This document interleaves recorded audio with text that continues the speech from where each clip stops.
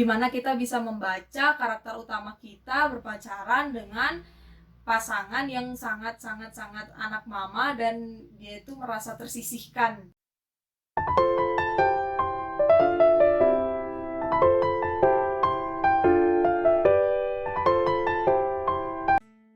Hai, welcome to my YouTube channel. Aku Ami Teresia. Hari ini aku akan nge-review novel romance lagi nih. Novelnya berjudul Half dari Monica Petra. Aku sudah pernah baca karyanya Monica Petra yang berjudul Masterpiece of Love. Jadi aku bakal nge-review novelnya kali ini yang berjudul Half yang artinya setengah. Ini novel romance yang mengandung moment empowerment di dalam. So, kalau ceritanya kalian penasaran, tonton review ini ya, oke? Seperti biasa, aku akan menjelaskan sedikit tentang isi dari buku ini, ngebahas sedikit, lalu kita akan masuk ke reviewnya.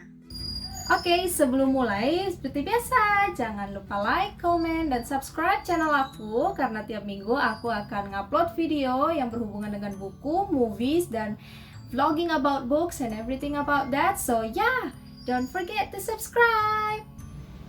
Novel Half ini menceritakan tentang cewek yang bernama Milka yang bekerja sebagai scriptwriter di tempat yang bernama production house.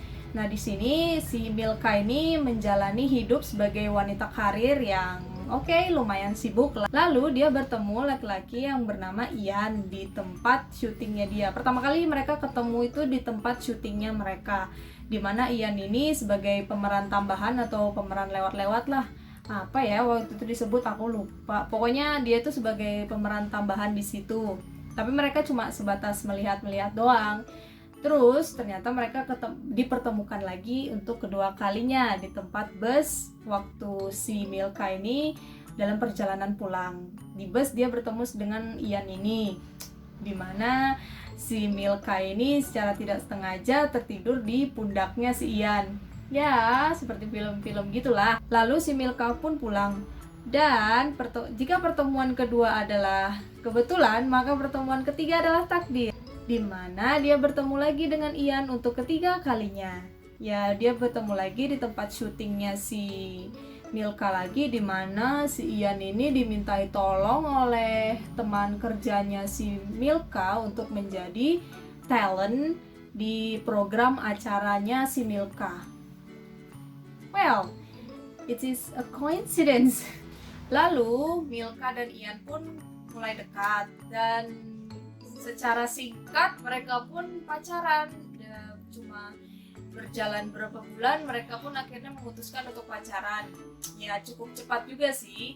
Dan seperti pada pacaran awal-awal pada umumnya, di mana pacaran itu masih terasa manis, masih banyak hal-hal yang membuat bahagia. Cuman seiring berjalannya waktu, si Milka ini tuh tahu kalau ceritanya si Ian ini adalah orang yang sangat berbakti kepada orang tuanya, terutama ibunya.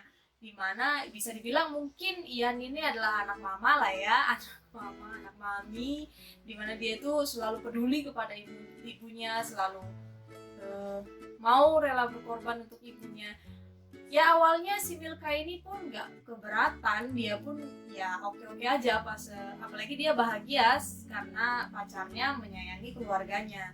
Cuman seiring berjalannya waktu, si Ian ini lebih mementingkan ibunya dibanding si Milka, dan Milka pun merasa tersisihkan, dimana si Ian ini mulai merasa cuek kepada si Milka. Si Ian ini mulai merasa apapun kebutuhannya Milka itu gak terlalu penting dibanding kebutuhan ibunya. Oke, itu bagus, tapi ada momen dimana Milka ini pengen diperhatikan, ada momen dimana Milka ini pengen merasakan pacaran pada umumnya, dimana mereka berpegangan tangan, terus tiap ulang tahun Milka diberikan hadiah. Dan pada saat ulang tahunnya Milka yang secara kebetulan lagi samaan dengan ulang tahunnya ibunya si Ian, dimanapun Ian memilih untuk membelikan hadiah ibunya dibanding membelikan hadiah untuk Milka. Ya Milkanya pasti kecewa di sana, dia pun mengeluarkan unek-uneknya, dan Ian pun menyalahkan si Milka karena tidak pengertian dan merasa kayak si Milka ini nggak mau menghargai dia karena menyayangi ibunya dan sebagainya. Tapi ya mereka berantem dan akhirnya baikan lagi. Dan disitulah dimulai jalan-jalan perjalanannya si Milka ini dalam menghadapi pacar yang super anak mama. Oke, sekarang kita masuk ke reviewnya. Aku suka awal dari cerita buku ini, dan awalnya ini benar-benar mengundang kita untuk membaca buku ini, apalagi ketika kita melihat sinopsisnya yang judulnya aja lah, dari judulnya aja deh kalian pasti kayak penasaran half, setengah, apa maksudnya. Terus setelah kita melihat sinopsisnya, kita mulai merasa tertarik kan, apalagi ketika mendengar ya sekilas tentang isi buku ini, dimana kita itu merasakan dimana kita bisa membaca karakter utama kita berpacaran dengan pasangan yang sangat anak mama, dan dia itu merasa tersisihkan. Cuman yang aku kurang suka dari buku ini adalah penjelasan karakternya kurang, dimana di sini ada beberapa karakter tambahan yang dimunculkan hanya sekilas saja. Jadi seperti teman-temannya si Milka, terus laki-laki yang bernama Koverdi yang awalnya menyukai Milka itu hanya muncul cuma beberapa skein, habis itu udah. Jadi semacam kayak Koverdi ini nggak penting. Ya mungkin memang di cerita ini Koverdi nggak penting, cuman padahal dia itu yang sebagai notabene sebagai orang yang pertama kali menyukai Milka harusnya lebih dimunculkan di sini. Belum lagi mengenai tentang keluarganya Ko Ian, kakaknya Ko Ian, bukan kakaknya, cicinya Ko Ian, dan mamanya si Ian, dan keluarganya Ian itu dimunculkan sekilas, tapi padahal karakternya mereka itu penting, dimana ya mamanya si Ian ini merupakan subjek kenapa mereka ini bertengkar.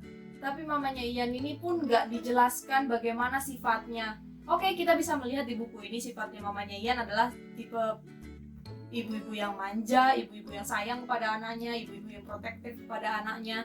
Tapi kita nggak melihat karakter improvement oleh ibunya di sini gitu. Jadi ibunya ini benar-benar diplekkan saja sebagai ibu yang manja, udah gitu doang selama sampai akhir cerita. Jadi kurang mengena di hati gitu. Jadi kurang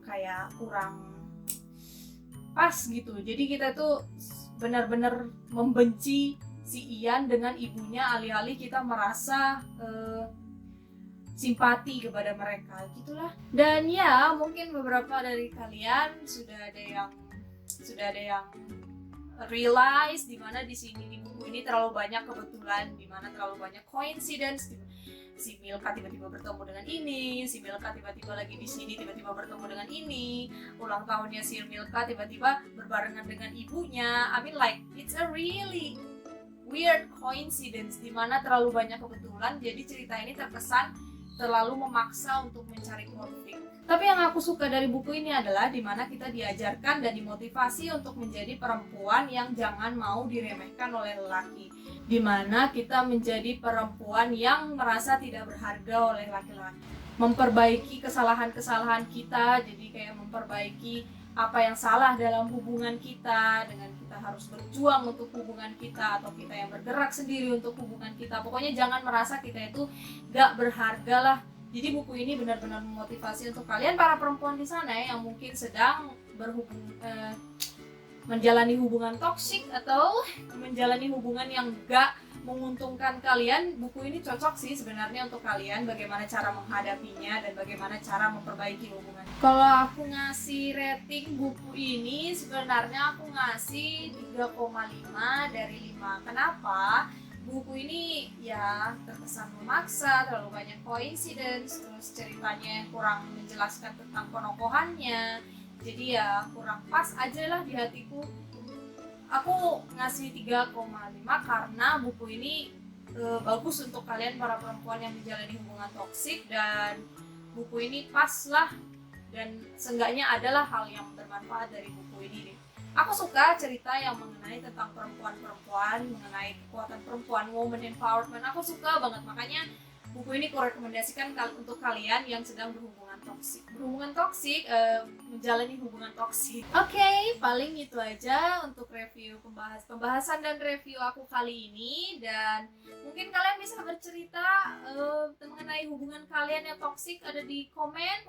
Dan kalau kalian berminat untuk beli buku ini available di Gramedia. Kalian bisa pesan di website atau langsung ke toko bukunya. Aku seperti biasa akan tulis websitenya di description box.